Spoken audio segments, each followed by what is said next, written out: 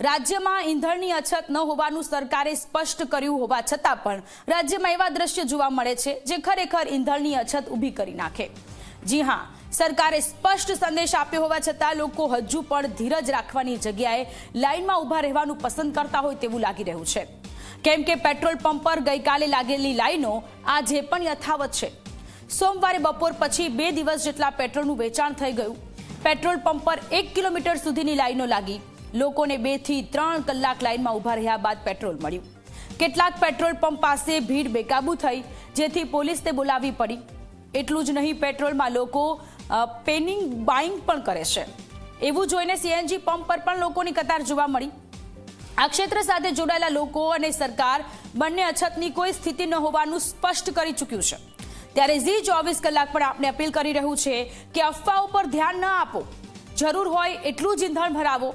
ખોટા પેનિક બાઇંગના કારણે ઈંધણના જથ્થાના મેનેજમેન્ટમાં અવ્યવસ્થા સર્જાઈ શકે છે।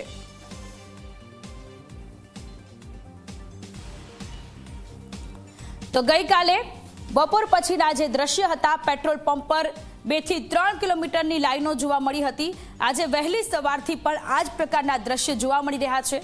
અમદાવાદના ઘણા બધા પેટ્રોલ પંપ પાસે કે જે કોઈને કોઈ કારણોથી બંધ છે અને જે અન્ય પેટ્રોલ પંપો છે ત્યાં મોટી સંખ્યામાં વાહન ચાલકો પેટ્રોલ ભરાવવા માટે લાંબી કતારોમાં ઊભા રહેલા જોવા મળી રહ્યા છે અને લોકો વધારાના રૂપિયા આપીને પણ પેટ્રોલ ભરાવી રહ્યા છે। જો કે ઝી 24 કલાક તમને અપીલ કરે છે કે પેનિક થવાની જરૂર નથી। પેટ્રોલનો જથ્થો 70 દિવસ પૂરતો સીમિત છે।